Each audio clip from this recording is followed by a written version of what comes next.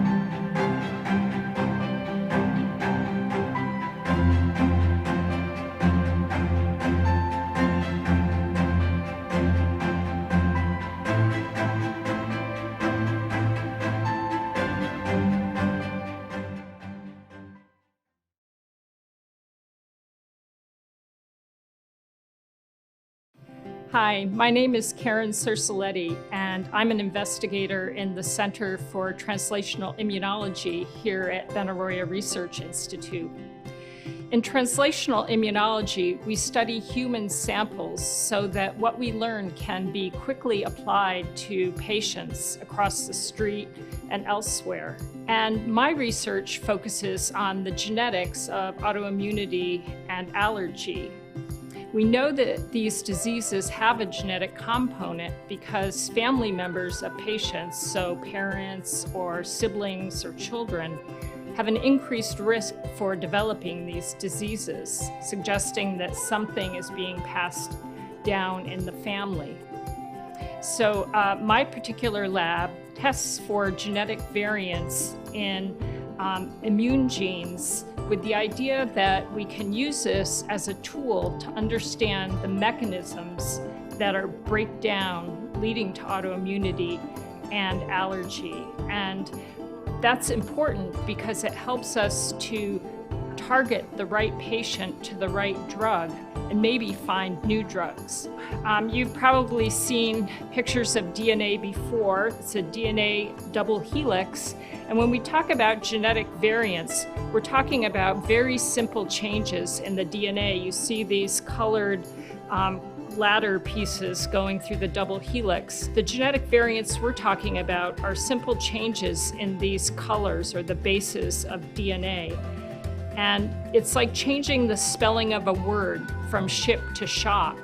And that changes sometimes the function of the gene or the expression of a gene, either expressed more highly or less. And that can lead to changes in the immune system. We are focusing on COVID-19, which is caused by the SARS-CoV-2 virus, and applying our expertise to this area. What we know about COVID-19 is that some patients become critically ill while others have very mild disease or are asymptomatic, so they don't have symptoms at all. And we want to understand why this is so that we can help identify patients earlier who are going to become very ill or target the right drugs to those patients so we can intercede. So my lab is testing for genetic differences in immune response genes. We're trying to understand if these differences impact how well the virus is able to infect cells of the body, or if it changes the ability of the immune system to recognize the virus and respond to it. Often visitors will ask me when I came to BRI. I came here 25 years ago as a fellow, and I've stayed because I feel like what we do here matters. Every day I have the opportunity to collaborate with other investigators here at BRI and with patients and use patient samples. And every day I learn something new, and that's a privilege and incredibly rewarding.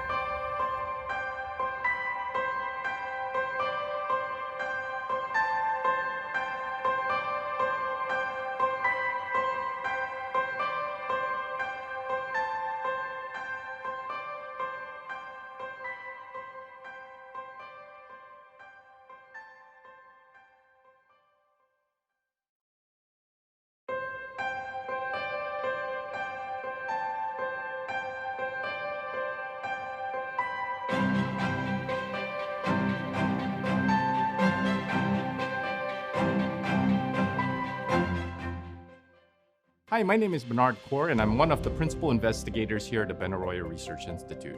And our vision is for every person with autoimmunity to have safe and effective therapies to treat and ultimately to prevent disease. Our immune system uses inflammation to protect against infection, but imbalanced inflammation, for example, too much at the wrong place at the wrong time, leads to autoimmunity. Because the causes of this imbalance can be different in different people, our lab is interested to understand new pathways that regulate inflammation so that we can not only develop new therapies, but also select which of the existing therapies might be the best and most suitable for each individual person. Some of the common questions that people ask me include, what's unique about how we study autoimmunity? So we study autoimmunity by trying to understand why people with Down syndrome are at much higher risk of autoimmunity. So this is up to 100-fold higher than the general population. These are common autoimmune diseases, including type 1 diabetes, including psoriasis, celiac disease, and many others. this can really have a negative impact on their lives. And our hope is that by understanding why people with Down syndrome get autoimmunity, this will help us not only develop new therapies, but also try to select which of the existing therapies might be the best suited to treat them. People often ask me, why do we think people with Down syndrome get more autoimmunity? Now, people with Down syndrome have an extra copy of chromosome 21. They have 3 copies of chromosome 21.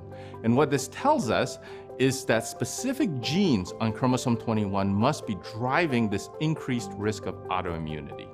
In particular, our lab is interested in one gene called DYRK1A. And the reason we're interested is because studies in our lab show that this gene can drive excessive inflammation, but even more importantly, we can reverse this using drug-like compounds. And what we hope this means is that we might be able to develop a new class of therapies for autoimmunity. Does this work have any relevance to people without Down syndrome? And indeed, it very much does. Because there's a lot of overlap in the mechanisms used by the immune system, our strong belief is that if we can understand why people with Down syndrome get autoimmunity, then we can help identify people in the broader typical population who also have autoimmunity for related reasons, who might also benefit from the same kinds of therapies. Also, as you've probably heard before, understanding how the immune system is different in people with Down syndrome will help us not only develop new therapies, but also to understand how to treat not only autoimmunity, but also other immune-related disorders. Why is the Benaroya Research Institute a good place to do this work? And I like to tell them it's not only a good place, it is a unique and great place to do this work. The reason is because this kind of work requires a lot, an incredible amount of extensive and tight collaborations between many different groups. For example, our lab collaborates tightly with experimental method specialists, like cytometry specialists, disease model specialists, chemists, computational big data scientists, specimen collection specialists, the Down syndrome physicians, and participant families. And this kind of extensive collaboration is a skill set all in and of itself and requires really an institutional infrastructure to nourish and nurture it. This kind of collaboration is a specialized skill set all in and of itself and really thrives best in an institutional environment that encourages and is designed to nurture it. And that's what is hardwired into the DNA of the Benaroya Research Institute. For example, our teams are so experienced and used to this kind of collaboration that we were able to start from scratch and recruit about 100 participants in about a year. We were able to get our first results in about 2 years. That's really an amazing amount and speed of progress. And finally, people often ask me, how can we help? And to these people, I like to say, thank you so much for your interest and your willingness to help. It really means an extraordinary amount. There are many ways to help us in our mission. There's a way that's right for everyone, and every little bit helps. For example, we are constantly looking to expand our sample libraries, both people with and without autoimmunity, with and without Down syndrome. Financial contributions are really important to help us advance early work that will help us land larger federal grants. And finally, just building awareness, telling other people, your family, your friends, your network, what we do and why you think it's so interesting and important. The more people that we can get on board to help us with our mission, the more progress we'll make, the faster we'll make it, and the sooner we'll get to improving people's lives.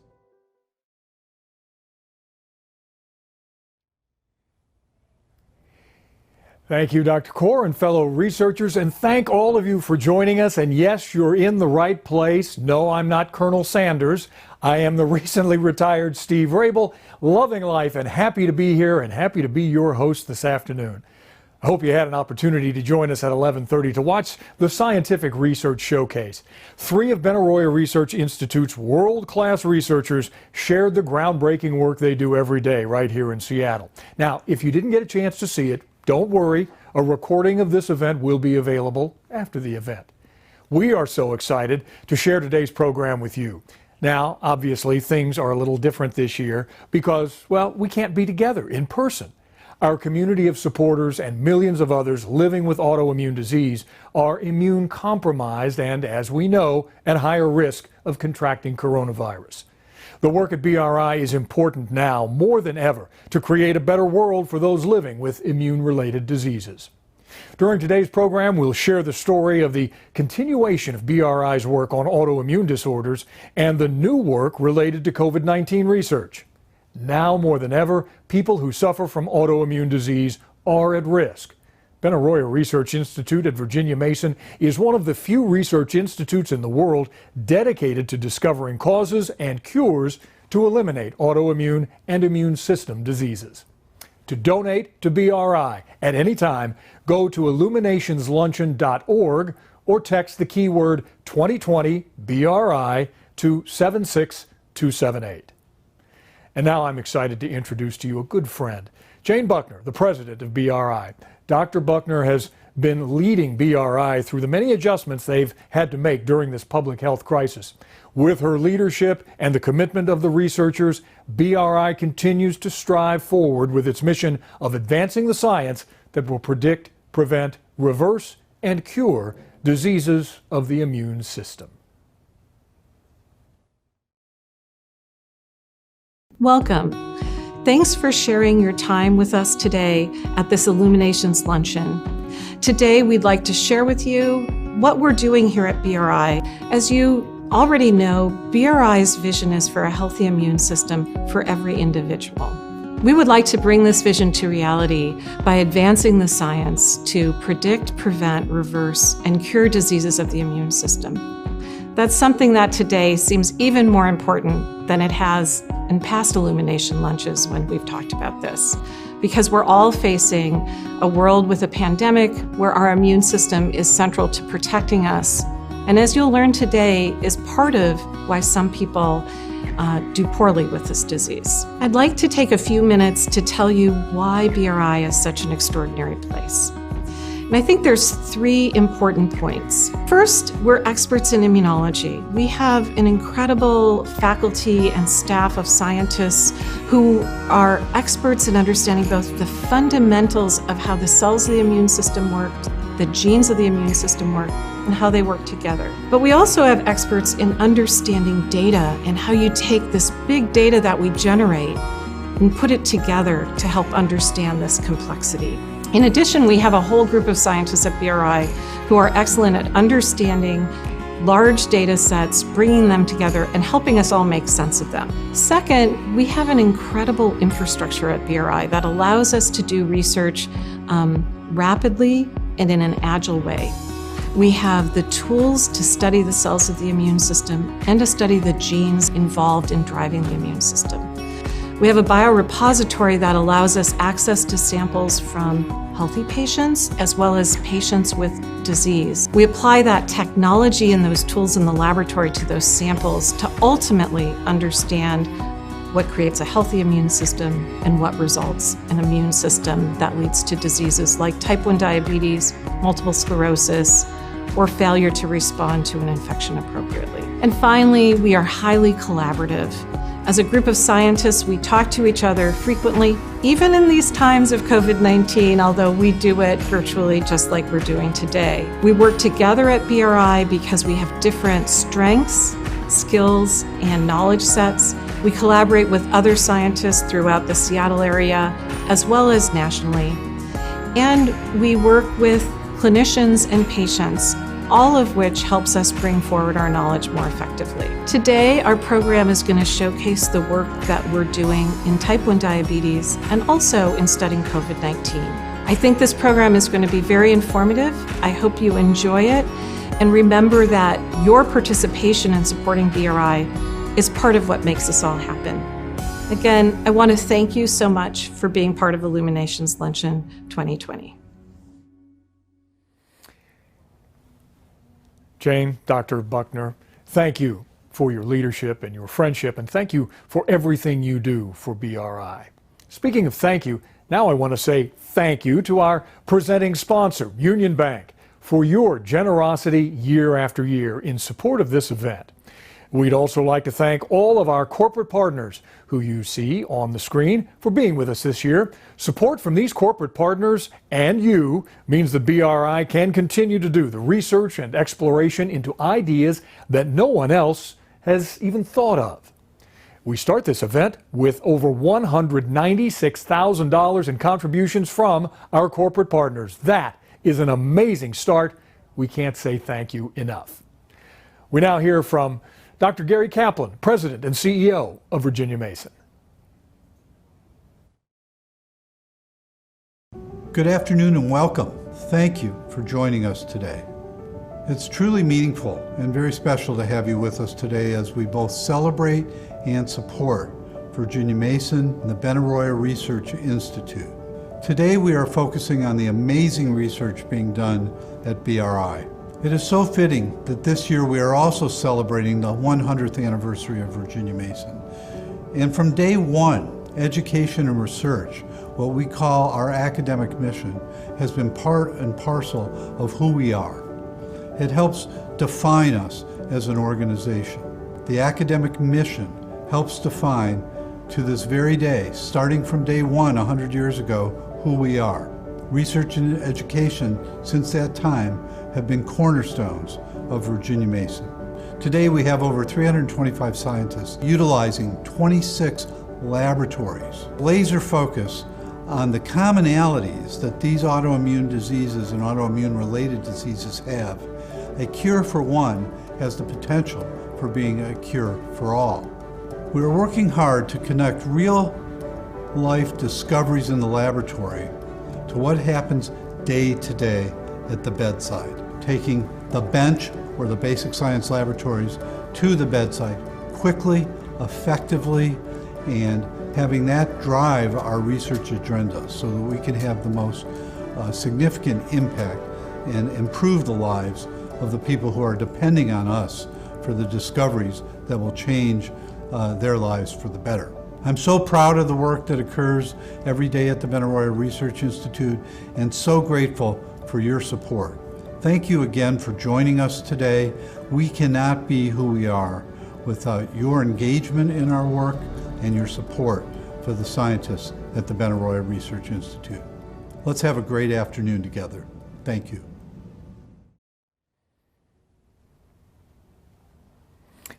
Thank you, Dr. Kaplan. And Gary, I miss seeing you on Sundays at the Seahawks games.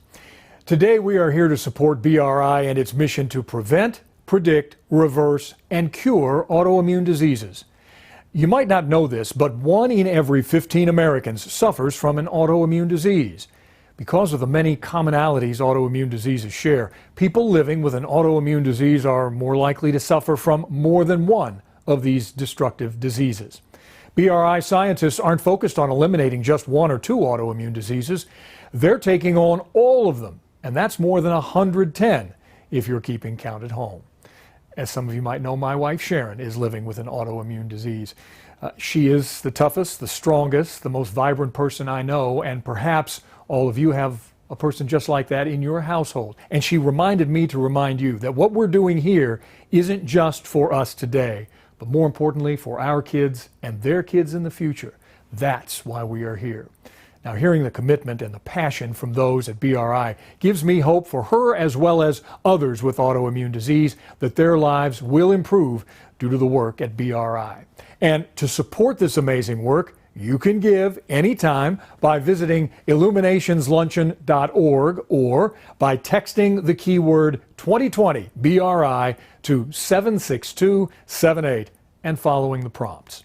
Your support is critical so the researchers at BRI can continue to innovate and study immune system diseases that affect us all directly or indirectly.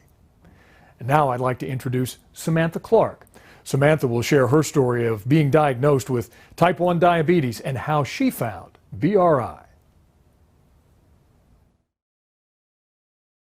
My name is Samantha, and I was diagnosed with type 1 diabetes 5 years ago this November.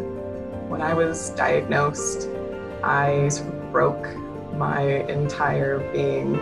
I broke down what I thought was healthy. I broke down in my identity, who I thought I was. I changed everything about my life. I changed partners. I changed jobs. The people in my life who were comforting and who loved me weren't knowledgeable about my diagnosis. I was the first person in my family to be diagnosed with type 1. Didn't have any friends with it. And so although my support system cared about me, they often unintentionally were offensive. And the clinical folks in my life on my new care team were often cold and difficult to get a hold of. And so here I was in my diagnosis, sort of on my own little isolated autoimmune disorder island. And it was about 8 or 9 months later, after my diagnosis, that a clinical diabetes nurse educator encouraged me to get connected with BRI. And although I had been trying out different groups, here I was a couple months into my diagnosis, working alongside of these social support groups of people who had been coping with this disease for months or decades, and it was heavy, and I'd often leave in tears because I wasn't able to withstand the emotional support or just burden and depth that was being discussed in these support groups. And so I can safely say that I did not experience that when I walked into the doors at BRI. I have to say, being around the BRI team was an immediate breath of fresh air. It was a huge relief just to be around this incredibly rare group of people who were on the leading side of technology and clinical treatment, but also could speak about type 1 with lived experience or cultural competence that made me feel like they were a peer, like they were a friend, and really got my story and my situation. I'm very proud to say that I've been a volunteer in clinical research trials with BRI since several months following my diagnosis, and I will continue to be a support for BRI and participate in however I can. In addition to clinical research trials, I have attended Science Fridays with my family and my friends. I have gone and volunteered at the gala. I will go to any events that I can, and I will take the full opportunity of utilizing their social network and building relationships with other folks like me in our community. BRI is like a home to me. I think that the work that BRI does clinically is excellent, and I wish that I could go to them for every piece of my care. I feel like they have my back as an individual and as someone who's a part of a greater community in the fundraising that they do and the advocacy, and they're just amazing people. Every time I see folks at BRI, or I get to visit, or I'm there for my clinical research visits, I feel like I'm home, and I'm just so thankful for the time and the generosity and the kindness and the excellence that I received there. And I couldn't say enough kind things about BRI and all of the amazing, fantastical things that you all do.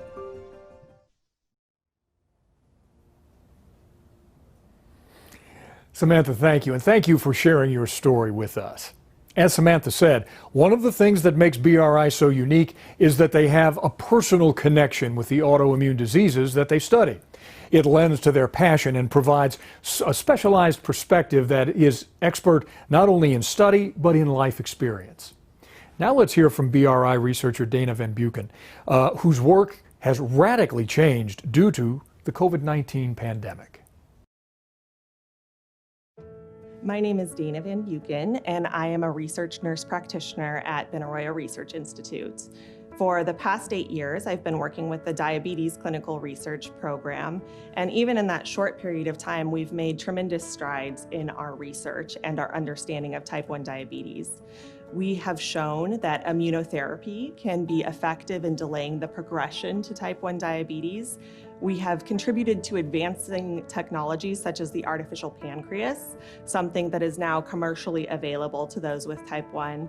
And we've also shown that we have novel therapies that can preserve beta cell function or insulin secretion in those who have a new diagnosis of type 1 diabetes.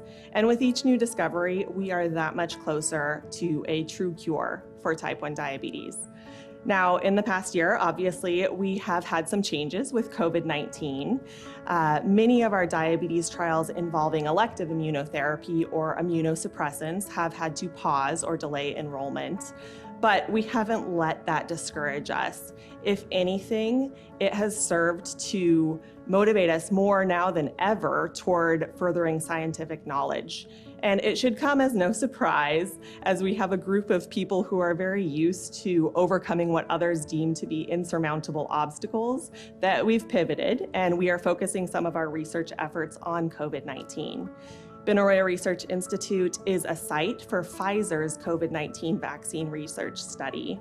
We are testing whether or not a vaccine will be safe, tolerable, effective in providing immunity against SARS-CoV-2. Traditional vaccine methods use all or part of a killed or weakened virus to get our bodies ready to fight. And that is something that we see with the seasonal flu vaccine. However, with our vaccination, we're doing something completely new. We are giving viral genetic material, it's called messenger RNA or mRNA, to the body. Now, messenger RNA teaches our body's own cells to manufacture the spike protein. It is the protein you see on the outside of the virus that gives coronavirus its name. It gives it that crown-like appearance. So the hope is that once this protein is present in the human body, it will elicit an immune response, and we will have antibody production. These antibodies are what is necessary to provide immunity to the virus should someone become infected. Now, with our vaccine trial, it is placebo-controlled. I get asked that a lot. So 50% of our participants will receive the active vaccination and 50% will receive placebo or a saline injection. Now, for us to be able to determine whether or not the vaccine has been effective, we need to have a certain number of people actually develop COVID-19. And it's impossible to predict how long that could take. But I'm encouraged in that we are learning about the vaccine, we are forwarding research, and we're taking one step in the right direction day by day. A safe and effective vaccine is needed before our lives and our research can return to some semblance of normalcy. And so we do consider our work on the COVID-19 vaccine trial to be very pertinent to the work that we're doing in the diabetes group and the work that BRI is doing as a whole toward finding cures for diseases of the immune system. And I just want to show you, this is something that we give to our pediatric participants when they complete a trial. It's a little plaque and it has a quote from Dr. Seuss. It reads, "Unless someone like you cares a whole awful lot, nothing is going to get better. It's not." And I think that one of the true joys of my job here is that I am surrounded every day by people who care a whole awful lot. Our clinicians, our researchers, our staff. I cannot think of one person at BRI who doesn't care tremendously about the work that we are doing here. And we're also supported and championed by people who care a whole awful lot. And I'm grateful every day to those who are supporting our research.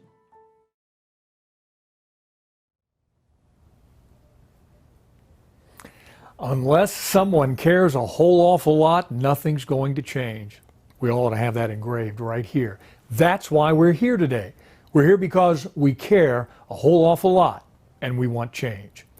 Everyone at BRI wants to change the outcome and the lives of those living with an autoimmune disease. And right now, through studying COVID-19 and participating in the vaccine trial, they want to change the world. Up next, we have BRI board member Claire Bonilla, who would like to share how she supports BRI.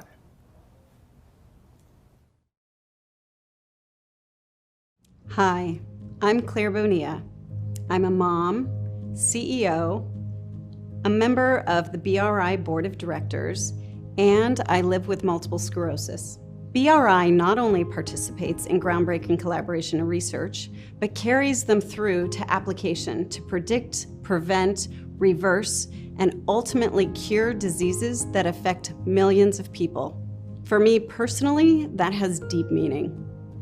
I've donated personally my genetic information to their extensive database, worked with my world-renowned doctor at Virginia Mason, Dr. Marika Cate, to stay on top of interventions and treatments that are at early stages and late stages, and in the hopes that my own experience can positively impact others, including my own mom, who suffers from a much rarer form of demyelinating neuropathy.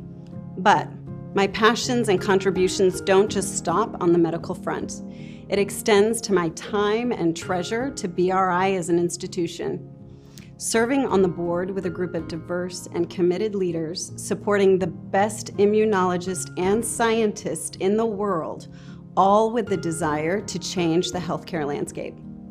I want to thank all of you for committing your time to such a worthy cause today, and invite you too to join me in committing your treasure as well to ensure BRI's groundbreaking work in COVID and autoimmune diseases can continue.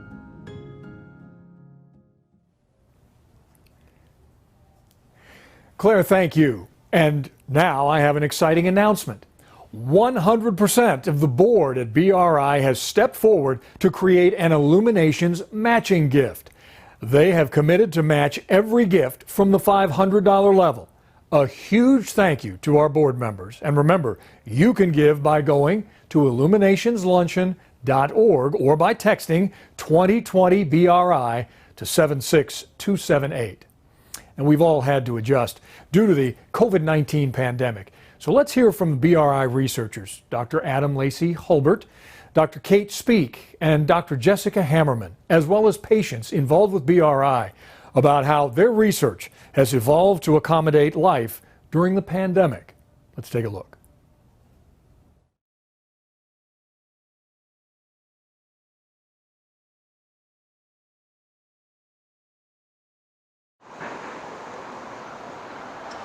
Before the pandemic really had hit in the States, it was pretty clear that there were immune complications of the disease.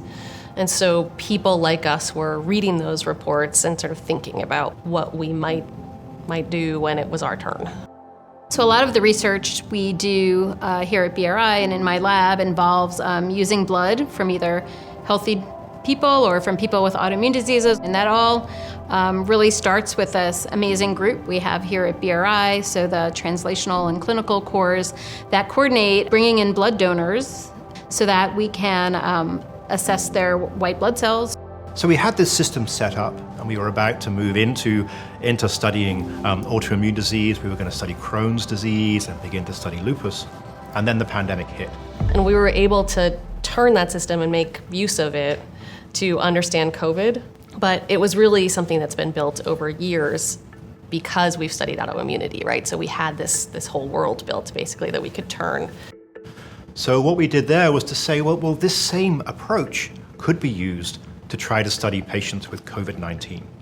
So we used the same approach, but instead of using autoimmune patients, we were starting to get blood samples from patients who are across the street in Virginia Mason with severe COVID-19. Because we have that registry and repository system up and running, we have teams of people who know how to get samples from patients and who know how to process those samples. And those people were on 7-day-a-week duty for 6 months.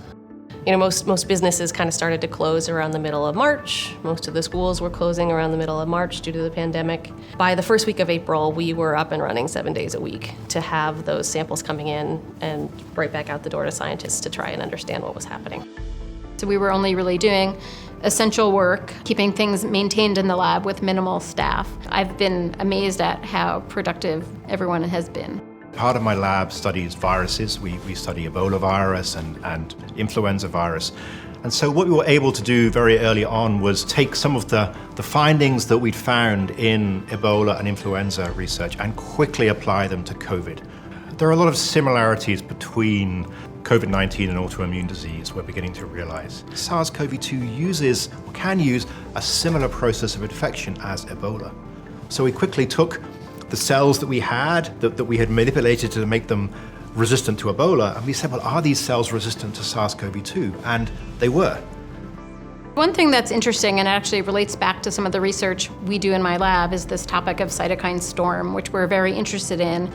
because cytokines are what's made initially when you have an infection to tell the rest of the immune system to come in and fight the infection.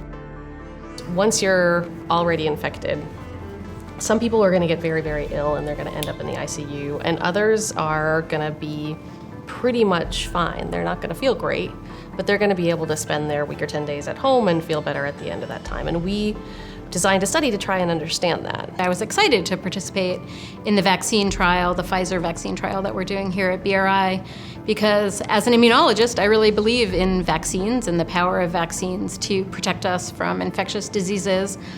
And I've actually never had the opportunity to participate in a clinical trial before, so I thought it was a great way to really show my belief in immunology and how it works, and to give back to society in a different way than I usually do by just doing science.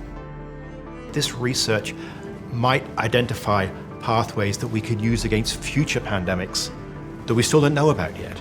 Here is a new approach that we could quickly use against new viruses as they emerge to try to find mechanisms of resistance. The kind of baseline here is that we come to work every day to help people with diseases. I think we saw an opportunity to contribute our knowledge and to contribute, what we already know. So much of this disease is really in our wheelhouse that it would have been a sort of shame to not bring that to bear here. We knew she had a high risk for type 1 diabetes when she was a baby, and were being monitored over the years. When she was diagnosed, she was 9, and she was just starting to get more independence from me. And it's been scary, but it's also been really eye-opening on how brave she is and resilient. She was just like, okay, let's get finger poke, and then I'll take some shots for insulin. And she just can manage it as a 10-year-old. It's pretty impressive. It's been hard, but sometimes it's easy because a lot of them have diabetes, almost all of them, and they deal with it too. People with diabetes are being so heavily impacted by COVID that I really wanted to focus and try and understand that kind of relationship between diabetes and COVID, and it seemed like a place that I could continue to contribute to sort of our understanding of diabetes too. I'm impressed by the approach of trying to help all autoimmune diseases because they are interconnected. And so if we can figure out why people are suffering from autoimmune diseases, it will take a large chunk of medical needs off the table. I think in a way we're lucky because we're able to be part of the response to this disease, right? We're able to be part using our sort of scientific tools that we've been developing over years to understand the immune system, taking advantage of the clinical tools and the clinical teams that we have to run these vaccine trials. But the next stage is really to position ourselves so that we are understanding now what the long-term consequences might be, so that we're in a position to help people if they develop those problems further down the line. So I think that the research now is important, not just to cure the disease that we have now, but to actually understand what might be happening in the future.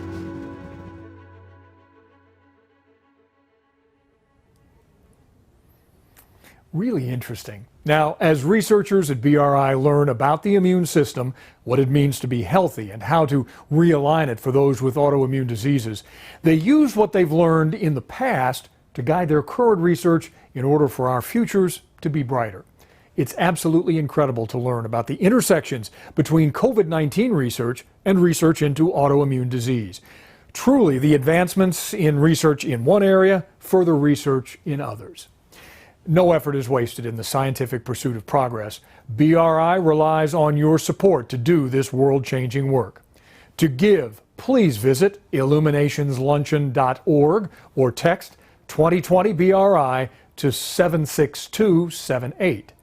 And now let's hear from Andrew Held. Andrew is a member of the BRI Ambassador Council, whose life has been fundamentally altered by being diagnosed with an autoimmune disease.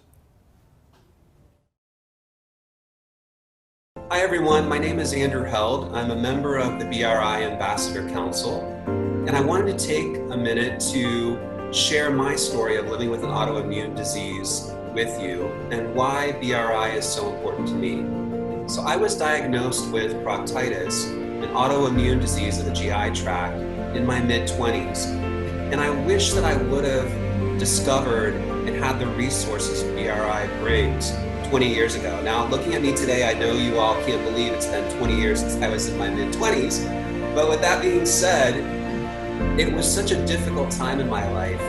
You know, dealing with the symptoms, dealing with the flares of the disease, dealing with multiple treatment plans from my doctor, none of them were working, and really struggling emotionally and physically and feeling alone with this and not having a community and not being able to understand and have that community with others that are struggling like me.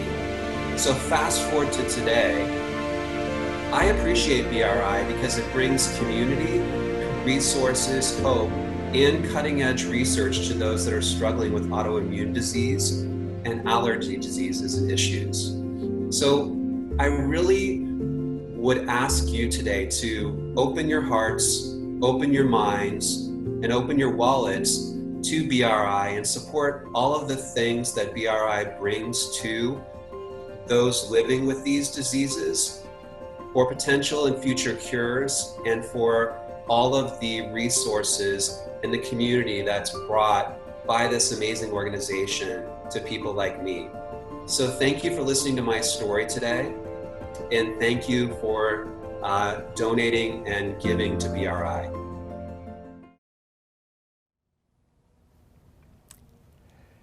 Andrew, thanks so much for sharing your story.